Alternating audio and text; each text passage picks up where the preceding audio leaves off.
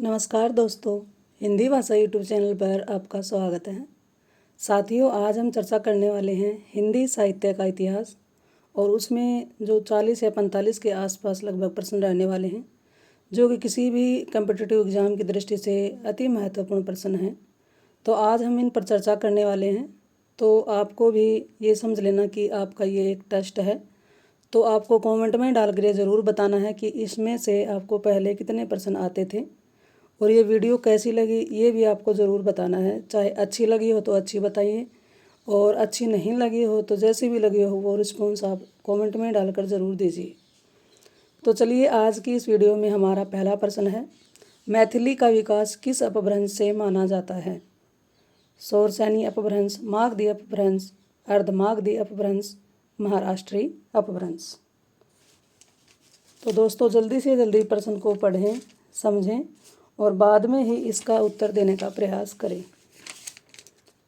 मैथिली का विकास किस अपभ्रंश से माना जाता है? जी दोस्तों, अगर आपने उत्तर दिया है ऑप्शन ए, बिल्कुल सही दिया है, शौरसेनी अपभ्रंश से। अगला है, कीर्तिलता किस भाषा की रचना है? अवहट, अपभ्रंश, मैथिली, ब्रज। कीर्तिलता किस भाषा की रचना है? हमारा प्रश्न है। ऑप्शन देखते हुए जल्दी से जल्दी उत्तर दें। जी दोस्तों, एकदम से सही जवाब आया, अवहट। अगला प्रश्न है, संविधान के किस अनुच्छेद में देवनागरी लिपि में लिखित हिंदी को संघ की राजभाषा घोषित किया गया? ऑप्शन देखते हुए जल्दी से जल्दी उत्तर दें। जी दोस्तों, बिल्कुल सही, अनुच्छेद 343 के अंतर्गत। अगला प्रश्न है, आदिकाल में किस कवि ने अवहट भाषा में रचना की है? आदिकाल में किस कवि ने अवहट भाषा में रचना की है? आमिर खुसरो, अब्दुल रहमान, कुतुबन, मंझन। जी दोस्तों, इसका उत्तर आपने बी दिया है, बिल्कुल सही है, अब्दुल रहमान। अगला प्रश्न है, उत्तर भारत में भक्ति का प्रसार करने का श्रेय किसे प्राप्त है? शंकराचार्य, रामानुजाचार्य, रामानंद, मध्वाचार्य। उत्तर भारत में भक्ति का प्रसार करने का श्रेय किसे प्राप्त है?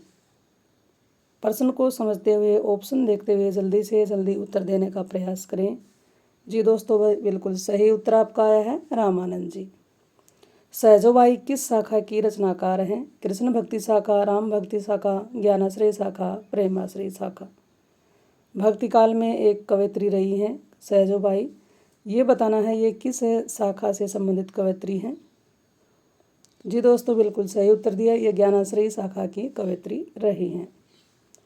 उज्ज्वल नीलमणि के रचयिता कौन हैं? रूप गोस्वामी, वल्लभाचार्य, विठलनाथ, मध्वाचार्य। उज्ज्वल नीलमणि के रचयिता का नाम बताइए। जी दोस्तों, पहले की जो वीडियो बनाई गई थी उसमें भी ये प्रश्न बार बार आया हुआ है और कई प्रश्न पत्रों में इसको देखा गया है। बिल्कुल सही उत्तर आपका है, आपको बहुत बहुत बधाई, रूप गोस्वामी जी। चंदायन किस कवि की रचना है? मलिक मोहम्मद जायसी, कुतुबन, मंझन, मुल्ला दाऊद। चंदायन के कवि का नाम बताना है। जी दोस्तों, बिल्कुल सही उत्तर दिया, ये है मुल्ला दाऊद की रचना। दक्षिण भारत हिंदी प्रसार सभा मद्रास की स्थापना किसने की थी? दक्षिण भारत हिंदी प्रचार सभा मद्रास की स्थापना किसने की थी? श्री राजगोपालाचारी, महात्मा गांधी, मोटेरू सत्यनारायण, विनोबा भावे। जी दोस्तों, उत्तर जल्दी से जल्दी दीजिए। बिल्कुल सही उत्तर आया, महात्मा गांधी जी ने। अगला हमारा प्रश्न है, छायावाद राष्ट्रीय सांस्कृतिक जागरण की काव्यात्मक अभिव्यक्ति है। इस प्रश्न को ध्यान से समझें। छायावाद राष्ट्रीय सांस्कृतिक जागरण की काव्यात्मक अभिव्यक्ति है। ब नंबर पर छायावाद का सीधा संबंध स्वाधीनता आंदोलन से है। अब ऑप्शन को देखते हुए सही बताइए, इसमें से दोनों लाइनों को पढ़कर आपका उत्तर सही क्या होगा? छायावाद राष्ट्रीय सांस्कृतिक जागरण की काव्यात्मक अभिव्यक्ति है। ब नंबर पर है, छायावाद का सीधा संबंध स्वाधीनता आंदोलन से है। उत्तर जल्दी से जल्दी आपका आना चाहिए। जी दोस्तों, इसका उत्तर होगा ऑप्शन ए। अगर आपका यही है तो बिल्कुल सही है, ए और वह दोनों ही क्या हैं? सही हैं। अगला हमारा प्रश्न है, कौन सी बोली पश्चिमी हिंदी की नहीं है? ब्रज, खड़ी बोली, बुंदेली, बघेली। जी दोस्तों, जल्दी से जल्दी अपना उत्तर दीजिए और इसमें आपका उत्तर बिल्कुल सही आया, बघेली। बघेली किसकी है? ये पूर्वी हिंदी की एक बोली है। अगला प्रश्न है, हिंदी भाषा के मानकीकरण का सचेष्ट प्रयास किस पत्रिका में किया गया? सरस्वती, आनंद कादम्बिनी, सुदर्शन, हिंदी प्रतीप। आपका प्रश्न जल्दी से जल्दी उत्तर आ जाना चाहिए। जी दोस्तों, इसका उत्तर बिल्कुल सही आ रहा है, सरस्वती। अगला हमारा प्रश्न है, निम्नलिखित में से कौन सी बोली पूर्वी हिंदी की नहीं है? अवधी, बघेली, छत्तीसगढ़ी, मालवी। तो जी दोस्तों, जल्दी से जल्दी उत्तर दें और बिल्कुल सही उत्तर आया, मालवी। अगला प्रश्न है, कल्पना पत्रिका का प्रकाशन किस नगर से होता था? कल्पना पत्रिका का प्रकाशन किस नगर से होता था? कलकत्ता, हैदराबाद, अहमदाबाद, इलाहाबाद। तो जल्दी से जल्दी अपना उत्तर दीजिए। इसका उत्तर आपने अगर बी दिया है तो हैदराबाद बिल्कुल सही उत्तर दिया। अगला है, माध्यम पत्रिका का संपादक कौन है? सत्यप्रकाश मिश्र, नंदकिशोर नवल, काशीनाथ सिंह, रविंद्रनाथ कालिया। माध्यम पत्रिका के संपादक का नाम बताइए। जी दोस्तों, इसका संपादक है सत्यप्रकाश मिश्र। आपका, मेरे साथियों का, कईयों का यही उत्तर है। आपको बहुत बहुत बधाई। रेखाचित्र और संस्मरण के बीच की विभाजक रेखा बहुत सूक्ष्म है। इनमें से ये दोनों परस्पर अंतर्भुक्त हो जाते हैं। अब बताना है इनमें से कौन सी जो स्टेटमेंट है, कौन सा वाक्य बिल्कुल सही है, कौन सा गलत है। प्रश्न को ध्यान से सुनें और समझें। रेखाचित्र और संस्मरण के बीच की विभाजक रेखा बहुत सूक्ष्म है। ब नंबर पर है, इनमें से दोनों परस्पर अंतर्भुक्त हो जाते हैं। तो जी जल्दी से जल्दी आपका उत्तर आ जाना चाहिए। इसमें आपका उत्तर भी आया, बिल्कुल सही है। इनमें से ये दोनों परस्पर, अब इनमें से क्या है, अ ब दोनों ही बिल्कुल सही हैं। अगला है, निम्नलिखित भाषाओं के विकास का सही अनुक्रम बताइए। सबसे पहले बताना है कि कौन सी भाषा आई, उसके बाद कौन सी और उसके बाद कौन सी। सही अनुक्रम आपका आ जाना चाहिए। जी दोस्तों, बहुत ही अच्छा आंसर आया आपका, पाली, प्राकृत, अपभ्रंश और फिर से हिंदी। तो हमारी जो हिंदी है उसको किन किन दौर से गुजरना पड़ा है, उसके बाद हमारा हिंदी का रूप हमारे सामने प्रस्तुत हुआ है। अगला हमारा प्रश्न है, निम्नलिखित कवियों का सही कालक्रम बताना है। सही कालक्रम के अनुसार कौन सा सही होगा, ये बताना है। तो जी दोस्तों, इसका उत्तर होगा ए, पहले सरपा, फिर सोमपर्व, फिर सूरी, गोरखनाथ, हेमचंद्र। अगले प्रश्न पर चलते हैं, किस लेखिका ने पशु पक्षियों पर केंद्रित रचना की हैं? महादेवी वर्मा, सुभद्रा कुमारी चौहान, होमवती देवी, सत्यवती मलिक। तो जी जल्दी से जल्दी आपका उत्तर आ जाए। जी दोस्तों, बहुत ही अच्छा आपका जवाब है। महादेवी वर्मा ने पशु पक्षियों को केंद्र बना करके अनेक रचनाओं का निर्माण किया है। इन कवियों में सही कालक्रम का निर्देश कीजिए कि कौन सा कालक्रम के अनुसार सही क्रम इसका क्या होगा। जल्दी से जल्दी उत्तर दें दोस्तों। जी दोस्तों, कई साथियों का बिल्कुल सही उत्तर आ रहा है। पहले केशवदास, उसके बाद चिंतामणि, फिर मतीराम और लास्ट में पद्माकर। सही कृति क्रम को पहचानिए। सही कृति क्रम को पहचानना है तो इनके प्रकाशन वर्ष के आधार पर हम इनको पहचान सकते हैं। तो जल्दी से जल्दी उत्तर देने का प्रयास करें। अब जो पल्लव है इसका रचनाकाल 1926 है और गुंजन का रचनाकाल 1952, युगांत का है 1936 और युगवाणी का है 1939। तो इस दृष्टि से हमारा उत्तर इसमें आया ऑप्शन ए। अगर आपका भी उत्तर ऑप्शन ए है तो आपको बहुत बहुत बधाई। अगला प्रश्न है, सेठ बाकेमल किसकी रचना है? ऑप्शन देखते हुए जल्दी से जल्दी उत्तर देने का प्रयास करें। जी दोस्तों, बहुत ही अच्छा शानदार जवाब आपका। आपको बहुत बहुत बधाई। अमृतलाल नागर की ये एक रचना है। वारेन हेस्टिंग का सांड कहानी की रचना किसने की? ऑप्शन आपके सामने हैं, जल्दी से जल्दी देखकर उत्तर दें। वारेन हेस्टिंग्स का सांड। दोस्तों, अगर आपका उत्तर इसमें आया है ऑप्शन सी, उदय प्रकाश, तो बिल्कुल सही उत्तर आपने दिया। अगला हमारा प्रश्न है, हिंदी नाटकों के मंचन में यक्षगान का प्रयोग किस निर्देशक के द्वारा किया गया था? तो ऑप्शन को देखते हुए जल्दी से जल्दी उत्तर दीजिए। जी दोस्तों, बहुत ही अच्छा जवाब है, गिरीश कर्नाड। अगला है, नील परिधान बीज सुकुमार, खिला मृदुल अधखुला अंग, खिला हो जो बिजली का फूल, मेघ बन बीच गुलाबी रंग। इन पंक्तियों में कौन सा अलंकार है, आपको अलंकार बताना है। तो जी इसमें 2-4 क्वेश्चन हो सकता है व्याकरण से संबंधित भी आ गए हों। तो जी इसमें बिल्कुल सही उत्तर दिया। इसमें क्या है, ये एक उपमा अलंकार है। ठीक है, चलिए अगला हमारा प्रश्न है, निम्नलिखित आचार्यों के बीच क्रम में कौन सा कालक्रम की दृष्टि से सही नहीं है। ये बताना है कि कौन सा कालक्रम की दृष्टि से सही नहीं है। तो जल्दी से जल्दी उत्तर देने का प्रयास करें। और इसमें मेरे साथियों का उत्तर बिल्कुल लगभग सही आ रहा है। उन सब का उत्तर है ऑप्शन सी। पहले क्या है, भटनायक, ये सही नहीं है। बाकी 3 जो हैं बिल्कुल सही हैं। ये कालक्रम के हिसाब से सही क्रम में नहीं रखे गए हैं। अगला है, कृति कालक्रम की दृष्टि से कौन सी सही नहीं है। ये भी कालक्रम की दृष्टि से बताना है कौन सी कृति सही नहीं है। जल्दी से जल्दी उत्तर दें ऑप्शन को देखते हुए। अब जो रामचंद्रिका है, इसका जो रचयिता है केशवदास जी हैं और इसका प्रकाशन है 1995 से। इसमें हाँ 1995 और 1967। जल्दी से जल्दी उत्तर देने का प्रयास कीजिए। उसके बाद जो हमारी क्या है, इसमें आपका उत्तर आया है ऑप्शन डी, जो कि बिल्कुल सही है। कुली भाट, अतीत के चलचित्र, माटी की मूर्तें, पथ के साथी। अगला प्रश्न है, रचना कालक्रम में सही निर्देश दीजिए। सही निर्देश आपको बताना है। जल्दी से जल्दी उत्तर दें।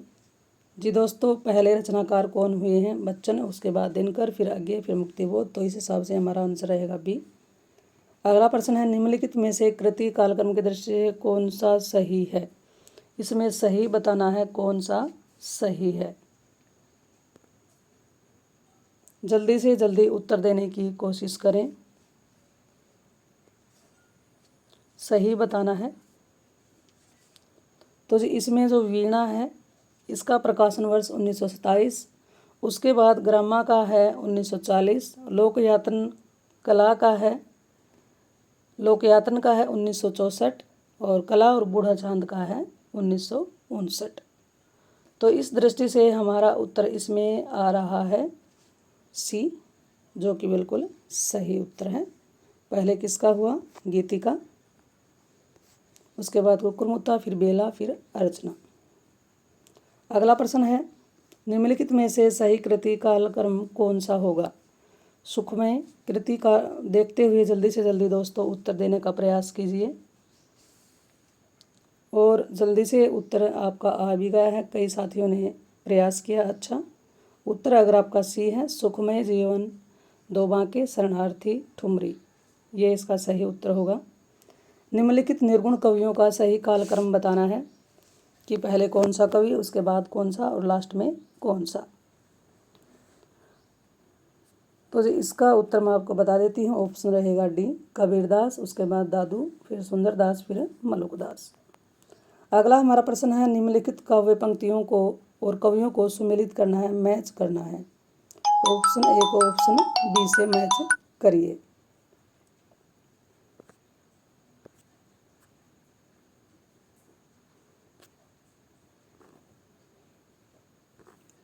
मैच करके देखना है, बताना है कि कौन सा इसमें सही होगा। तो चलिए इसको करने का प्रयास करते हैं। क्वेश्चन आपके सामने स्क्रीन पर हैं।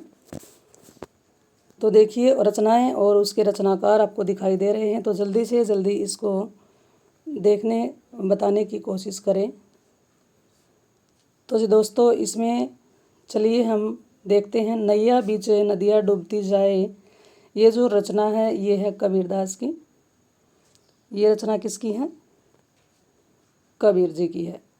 उसके बाद क्या है, अजगर करे ना चाकरी, पंछी करे ना काम, ये किसकी है, ये मलुकदास की है। उसके बाद जो है हमारा 3 नंबर है, गुरु सुआ जेई पंथ देखवा, ये रचना हमारी है जायसी की। और उसके बाद तब लग ही जीवो भलो देवो होए न धीम, जी ये पंक्ति है हमारी रहीम जी की। तो इस हिसाब से आपका और हमारा उत्तर बिल्कुल एक साथ बिल्कुल सही आया, ऑप्शन बी। अगले प्रश्न पर चलते हैं। ये भी रचनाएं हैं, उनके साथ सुमेलित करना है। आपको बतानी है कि इसका आंसर सही क्या होगा। तो देखिए, इसमें मृगावती के रचनाकार कौन हैं? कुतुबुन हैं। मधुमालती के इसमें रचनाकार कौन है? मंझन हैं। और जो चंदायन है इसके रचनाकार कौन हैं? मुल्ला दाऊद। अखरावट के रचनाकार कौन हैं? जायसी। तो इस तरह से हमारा और आपका आंसर बिल्कुल मिल रहा है, ऑप्शन सी। अगला हमारा प्रश्न है, ये भी मिलाना है, मैच करना है। तो जी जल्दी से जल्दी उत्तर देने का प्रयास करें। और इसमें ये बताना है कि ये किस ग्रंथ में इन अध्यायों को नाम दिया गया था अलग अलग से। जल्दी से जल्दी उत्तर देने का प्रयास करें। और मेरे साथियों ने बहुत ही अच्छा सा उत्तर दिया है, बड़ी अच्छी तैयारी आपकी चल रही है, आपको बहुत बहुत बधाई। इसमें आप सभी का उत्तर एक साथ आया है, ऑप्शन ए है। ए के हिसाब से क्या बताया? समय किसका है? पृथ्वीराज रसों में जो पाठ होते हैं उसको समय कहा गया है। और जो कांड है, कांड किस में कहा गया है? रामचरितमानस में। समय पृथ्वीराज रसों में और कांड रामचरितमानस में। और उसके बाद खंड किस में कहा गया है? खंड कहा गया है पद्मावत में। और सर्ग किस में कहा गया है? सर्ग कहा है कबीर ग्रंथावली में।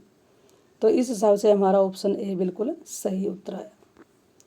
अगला फिर से ये क्वेश्चन आ गया है कि इनके आलोचक हैं, इनकी रचनाओं के साथ इनको मैच करना है।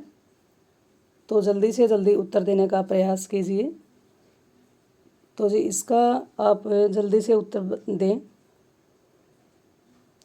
अब देखिए, जो बिहारी सतसई है ये किसकी है? पदम सिंह की है। बिहारी सतसई किसकी रचना है? पदम सिंह की रचना है। उसके बाद जो है देव और बिहारी, ये किसकी है? ये है कृष्ण बिहारी मिश्र। उसके बाद जो बिहारी है ये किसकी है? विश्वनाथ मिश्र। और जो उसके बाद है बिहारी और देव है, ये क्या है? लाला भगवान दास। तो इस हिसाब से हमारा उत्तर और आपका उत्तर एक साथ मैच हो रहा है, ये ऑप्शन ए रहेगा। अगला प्रश्न है, ये भी सुमेलित वाला क्वेश्चन आ गया है। इस एक क्वेश्चन के साथ 4-5 क्वेश्चन हमारे क्लियर हो रहे हैं, तो ध्यान दें इस पर, अच्छे से समझें इनको। तो जी जल्दी से जल्दी उत्तर देने का प्रयास कीजिए। चलिए इसको मैच करने का प्रयास करते हैं। लक्ष्मी नारायण लाल ये किसका है? ये राक्षस का मंदिर। लक्ष्मी नारायण लाल किसका है? राक्षस का मंदिर है। और जो उसके बाद है पंडित उदय शंकर भट्ट, इसका कौन सा है? इसमें उसका कौन सा बताया गया है? पंडित उदय शंकर भट्ट का है विक्रमादित्य। और जो श्री चतुर्सेन शास्त्री है इनका अमर राठौर। और सेठ गोविंदास का क्या है? इनका है कर्तव्य। तो इस दृष्टि से हमारा उत्तर आया है इसमें ऑप्शन सी। अगला प्रश्न है, विखंडनवाद की अवधारणा का संबंध किस वाद से है? विखंडनवाद की अवधारणा का संबंध इनमें से किससे है? आधुनिकतावाद, संरचनावाद, नई समीक्षा, उत्तर आधुनिकतावाद। तो जल्दी से जल्दी अपना उत्तर देने का प्रयास कीजिए। जी दोस्तों, बिल्कुल सही उत्तर आपने दिया है। इसका उत्तर है संरचनावाद। वृंद सतसई के रचनाकार का नाम बताना है। वृंद सतसई के विषय वस्तु बतानी है। विषय वस्तु नायिका भेद, श्रृंगार, नीति, भक्ति। जल्दी से जल्दी आपका उत्तर आ भी गया है, बहुत बहुत आपको बधाई। ये क्या है? एक नीति है। अगला है, चित्राधार किसकी रचना है? चित्राधार के रचयिता का नाम बताइए। जी दोस्तों, बहुत ही अच्छा जवाब है, जयशंकर प्रसाद की ये रचना है। तेरी मेरी उसकी बात किसकी रचना है? तेरी मेरी उसकी बात किसकी रचना है? भगवती चरण वर्मा, यशपाल, जयशंकर भट्ट, अमृतलाल नागर। जी दोस्तों, इसका उत्तर होगा यशपाल जी की। अगला प्रश्न है, ब्रजबुली का प्रयोग कहाँ होता है? बिहार, ब्रज क्षेत्र, उड़ीसा, बंगाल। ब्रजबुली का प्रयोग क्षेत्र कौन सा है, ये बताना है। जी दोस्तों, बिल्कुल सही उत्तर दिया, बंगाल। अगला है, भारतेंदु के अनुसार हिंदी नई चाल में कब ढली? 1880 में, 1857 में, 1873 में, 1860 में। भारतेंदु के अनुसार हिंदी नई चाल में कब ढली? तो जी दोस्तों, जल्दी से जल्दी उत्तर दें। और आपका उत्तर बिल्कुल सही है 1873 में। अगला प्रश्न, निम्नलिखित में से अर्थालंकार कौन सा है? प्रति, वस्तुपमा, अनुप्रास, यमक, वक्रोक्ति। इन सब में से अर्थालंकार बताना है कि कौन सा है। जी दोस्तों, इसमें ऑप्शन ए क्या है? अर्थालंकार है। बाकी सब क्या हैं? ये शब्दालंकार हैं।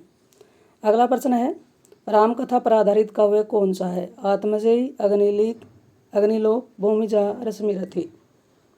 तो जी दोस्तों, इसमें आपका उत्तर बिल्कुल सही आया, अग्निलोक। अगला प्रश्न है, छायावाद का पतन किस लेखक की कृति है? तो ऑप्शन को देखते हुए जल्दी से जल्दी उत्तर दें। छायावाद का पतन, जी दोस्तों बिल्कुल सही उत्तर है देवराज की।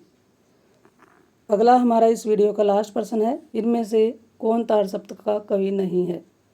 इनमें कौन तार सप्तक का कवि नहीं है?